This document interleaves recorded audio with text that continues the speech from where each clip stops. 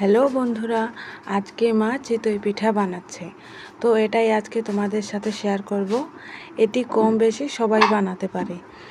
তো এখানে আতপ চালের আটা নেওয়া হয়েছে, যেটা আগে থেকেই গুঁড়ো করে রাখি আমরা, যাতে যখন তখন বানাতে পারি।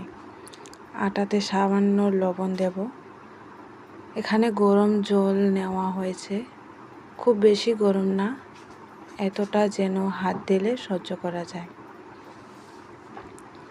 তো এখানে সুন্দর করে আটাটা মাখিয়ে নেবে মা। দেখুন ব্যাটারটা যেন এইরকম স্মুথ হয়।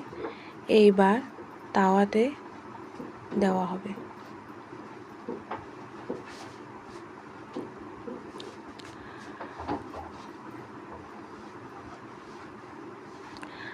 আমরা এইরকম মাটির তাওয়াতে বানাই, কেউ আবার কড়াইতেও বানাতে পারে। চুলোর আঁচটা মিডিয়াম রাখবেন।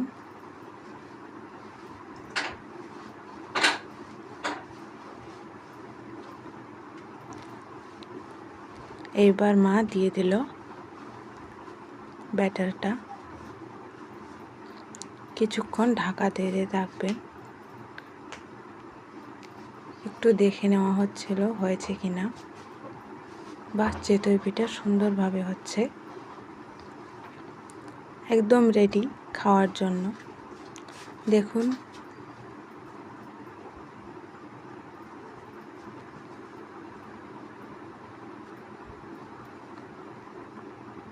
এইভাবে সবগুলো চিতই পিঠা বানিয়ে নেওয়া হচ্ছে।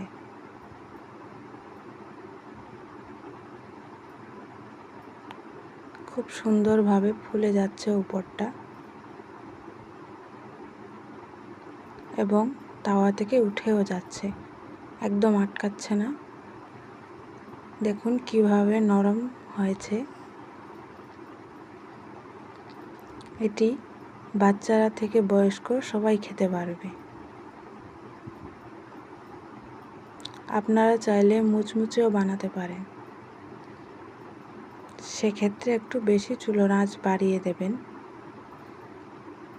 তো আমি এখন এখানে মাংসের ঝোল দিয়ে খেয়ে নিচ্ছি।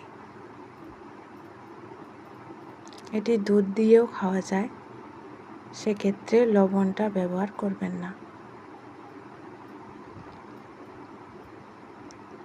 দেখুন কি সুন্দর ছিঁড়ে যাচ্ছে।